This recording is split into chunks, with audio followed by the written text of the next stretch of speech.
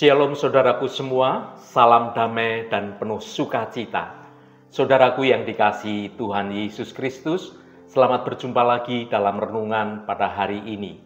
Saya berharap Anda semua ada dalam keadaan yang baik, penuh sukacita, dan terus rindu untuk mencari perkenanan Tuhan. Hari ini saya Cornelius Nugroho dari channel Berkat Baru akan menyampaikan renungan dengan judul Tuhan yang mengubah hidupmu. Namun sebelum kita mendengarkan renungan firman Tuhan ini, mari kita berdoa terlebih dahulu. Bapa Surgawi, Bapa dalam nama Tuhan Yesus Kristus, kami bersyukur untuk berkat dan kemurahan-Mu. Hari ini kembali kami datang ke hadirat-Mu karena kami membutuhkan firman-Mu. Senantiasa kami bersyukur atas semua penyertaan dan pertolongan Tuhan dalam hidup kami. Sungguh kami merasakan bahwa semua adalah karena anugerah Tuhan saja. Dan kami mau memakai setiap kesempatan yang Tuhan berikan untuk melakukan perkara yang baik seturut dengan kehendak Tuhan. Bapa, saat ini kami mau mendengarkan sabda firman-Mu. Berkati kami dan urapi kami, supaya kami mengerti dengan pengertian yang diperbarui dan kami senantiasa taat pada setiap kehendak-Mu. Di dalam nama Tuhan Yesus Kristus, kami naikkan doa ini ke hadirat-Mu. Haleluya, amin. Saudaraku yang dikasihi Tuhan, sebuah perusahaan setidaknya akan memperhatikan beberapa hal dalam merekrut seorang karyawan. Setidaknya terdapat beberapa hal yang menjadi pertimbangan, misalnya soal kapabilitas, soal kapasitas, kreativitas, karakter, kredibilitas, komitmen, dan kompatibilitas calon karyawan tersebut. Para calon karyawan harus memenuhi syarat-syarat tersebut untuk dapat diterima di perusahaan itu. Ya saudaraku, jika perusahaan lebih senang mencari karyawan yang berkualitas dan siap kerja, berbeda dengan Yesus. Tuhan justru lebih memilih murid-murid yang belum memenuhi syarat sebagai murid yang berkualitas. Bukan hanya ketika pertama kali Yesus memilih mereka, namun juga ketika dimuridkan oleh Yesus sekian tahun, bahkan akhirnya Yesus meninggalkan dunia ini dan bangkit kembali naik ke surga. Tidak ada tanda-tanda bahwa para murid itu telah memenuhi kriteria sebagai murid yang berkualitas. Salah satunya adalah Petrus. Tetapi semuanya menjadi berubah ketika Roh Kudus memenuhi mereka. Kuasa Tuhan yang mengubah hidup mereka. Petrus, murid yang pernah menyangkal Yesus karena ketakutannya, berubah menjadi seseorang yang begitu berani memberitakan kabar baik kepada begitu banyak orang. Sehingga 3.000 orang bertobat dan dibaptis. Begitu pula para murid yang lainnya. Mereka dipakai secara luar biasa oleh Roh Kudus dalam memberitakan kabar baik. Saudaraku, mungkin saat ini kita merasa tidak memiliki kualitas seorang murid yang baik. Kita merasa tidak layak menjadi murid Yesus. Namun, seperti Tuhan sanggup mengubah Petrus dan para murid lainnya dengan cara yang ajaib, begitu pula Tuhan sanggup mengubah kita sebagai murid-Nya. Mungkin Yesus sengaja memilih orang-orang biasa agar dia pakai secara luar biasa. Saudaraku, maukah Anda menjadi murid yang terpilih dan berkualitas, memiliki hidup yang diubah oleh Tuhan? Jika engkau mau menerima panggilan Tuhan ini, maka Tuhan akan memilihmu dan mengubah hidupmu dan mengubah karaktermu. Saudaraku yang terkasih, sebagai seorang anak-anak Tuhan, Kita adalah orang yang terpanggil, namun Tuhan tidak sebatas hanya memanggil kita, tetapi Ia ingin kita menjadi murid yang terpilih.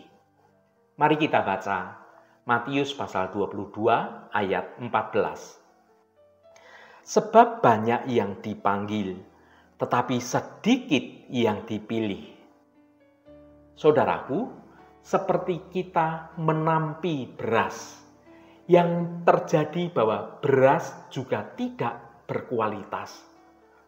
Tampak ringan, tidak terisi, ataupun gabah, kulit luarnya saja, akan terpisah sendiri dan akan dibuang sewaktu kita menampi beras. Tetapi beras yang terpilih memiliki suatu kualitas. Dia berisi padat, yang bagus dan dapat dipakai tetap dalam tampian kita. Sementara gabah yang kosong akan keluar dari tampian kita. Hal ini juga akan terjadi dalam kehidupan kita sebagai anak-anak Tuhan. Tuhan akan menampi hidup kita hingga tinggal orang yang terbaik yang akan tinggal tetap. Saudaraku, ayat ini sering digunakan untuk menggambarkan kenyataan bahwa tidak semua orang yang mengaku percaya kepada Yesus Kristus akan masuk dalam kerajaan surga. Dalam konteks perumpamaan tentang pesta pernikahan misalnya, maka firman Tuhan yang kita baca ini menyiratkan bahwa banyak orang yang diundang ke pesta, tetapi hanya sedikit yang benar-benar siap untuk hadir, layak untuk hadir dalam pesta itu. Mereka yang tidak siap, yaitu orang yang tidak menggunakan pakaian pesta, akan ditolak masuk dan dibuang dalam kegelapan. Anda jangan pernah menjadi orang Kristen yang antik, yang hanya bisa disimpan ataupun dipajang, tetapi jadilah orang yang terpilih dan yang dipakai Tuhan untuk kemuliaannya. Oleh sebab itu, saudaraku, kita perlu dimuridkan sehingga kita menjadi yang berkualitas, yang dapat dipakai Tuhan untuk memuliakan namanya. Kualitas itu berbicara karakter, saudara, soal sifat, soal sikap, soal tingkah laku, dan lain sebagainya. Dan juga skill, soal kecakapan. Syarat untuk menjadi seorang murid sangatlah sederhana, saudaraku, yaitu punya hati yang mau diajar, mau dibentuk, dan dimuridkan. Mari kita baca Yohanes pasal 8 ayat 31. Maka katanya kepada orang-orang Yahudi yang percaya kepadanya, "Jikalau kamu tetap dalam firman-Ku, kamu benar-benar adalah murid-Ku." Di dalam hidup kekristenan, tindakan yang tepat setelah seseorang itu bertobat menerima Yesus sebagai Tuhan dan Juru Selamat pribadi, maka orang itu harus mau menjadi murid sebagai langkah iman yang pertama dalam mengasihi Yesus. Saudaraku, kita dipanggil untuk memiliki hati yang mau diajar, mau dibentuk, dan mau dimuridkan oleh Tuhan. Hal ini penting karena kita tidak bisa hidup sendirian tanpa bimbingan, tanpa tuntunan dari Tuhan.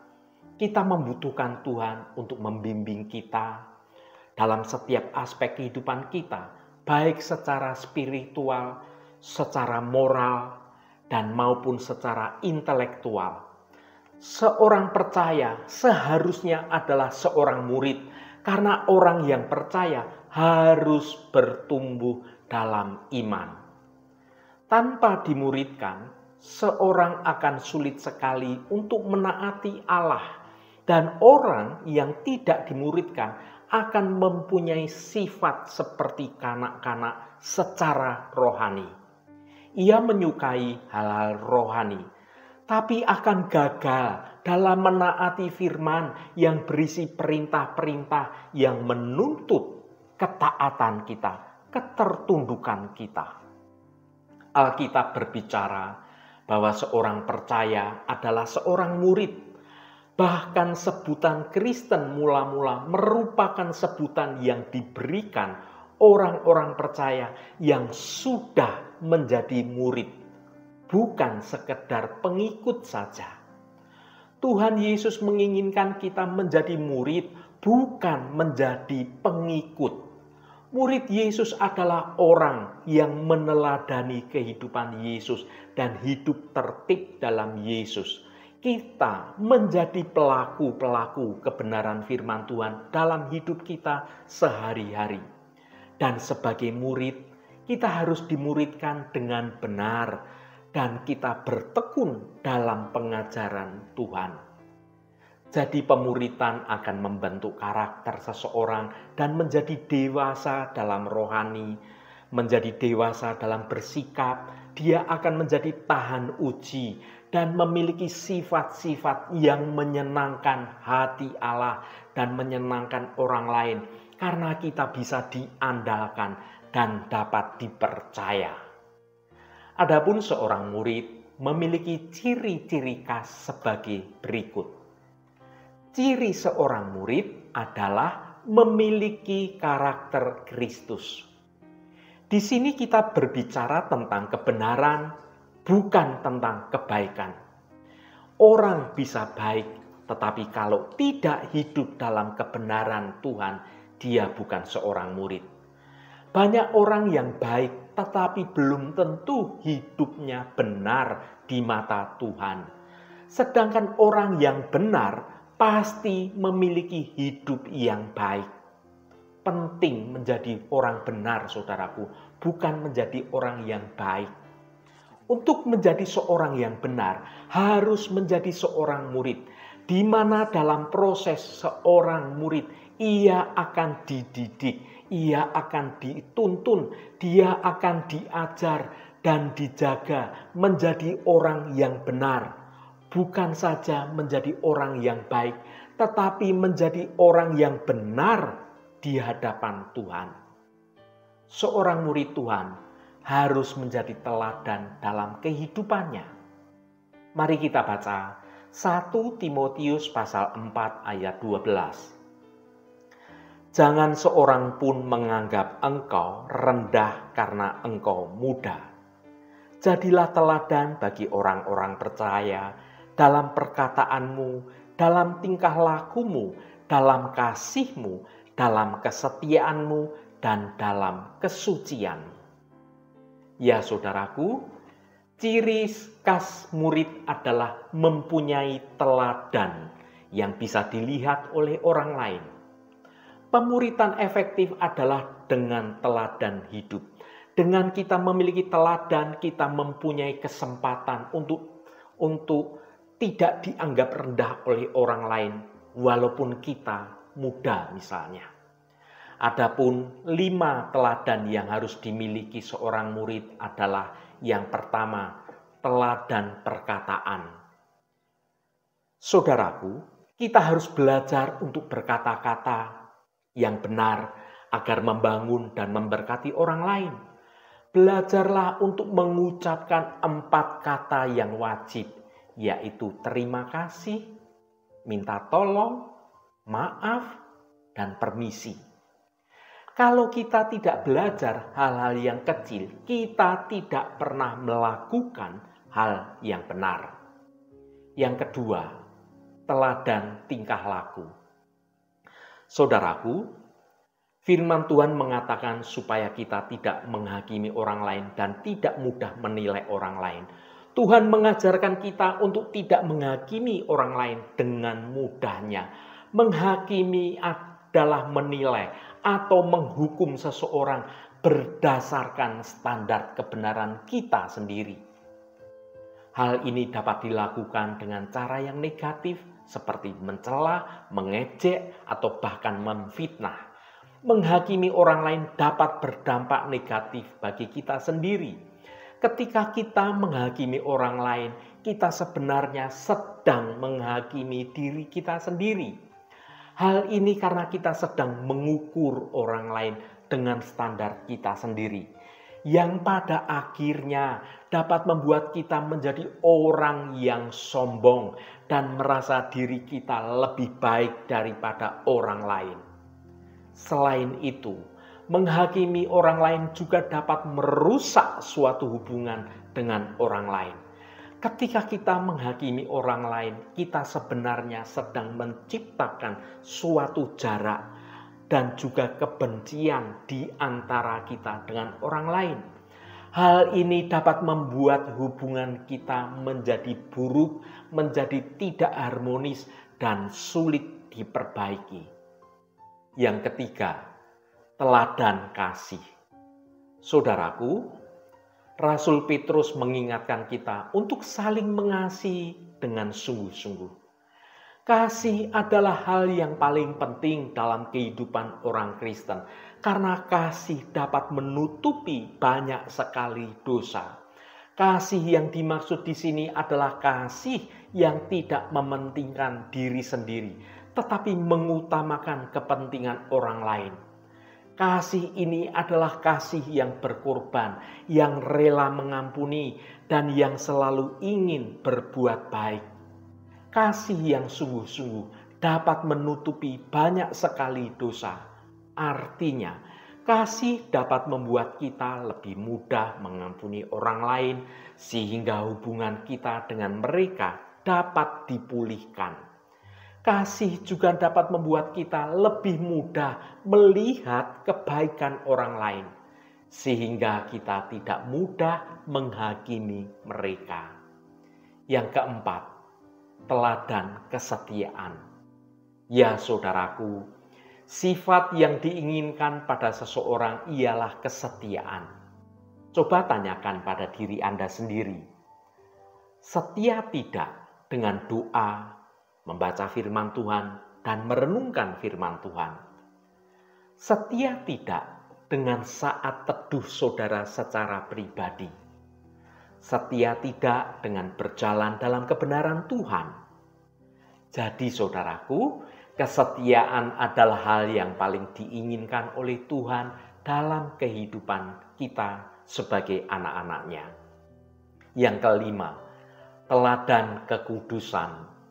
Saudaraku, mengejar kekudusan adalah suatu proses menjadi serupa dengan Kristus. Hal ini penting untuk kita lakukan karena tanpa kekudusan kita tidak akan dapat melihat Tuhan. Kita tidak akan merasakan hadirat Tuhan. Kekudusan itu berarti terpisah dari dosa dan hidup sesuai dengan kehendak Tuhan. Pada bagian penutup renungan hari ini, perkenankan saya menyampaikan ringkasan renungan hari ini.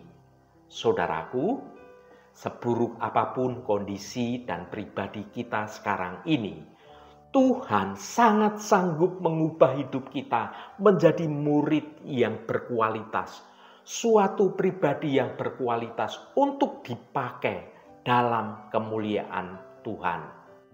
Ya saudaraku, sebagai manusia yang serba terbatas, maka kita semua memiliki dosa dan memiliki kesalahan.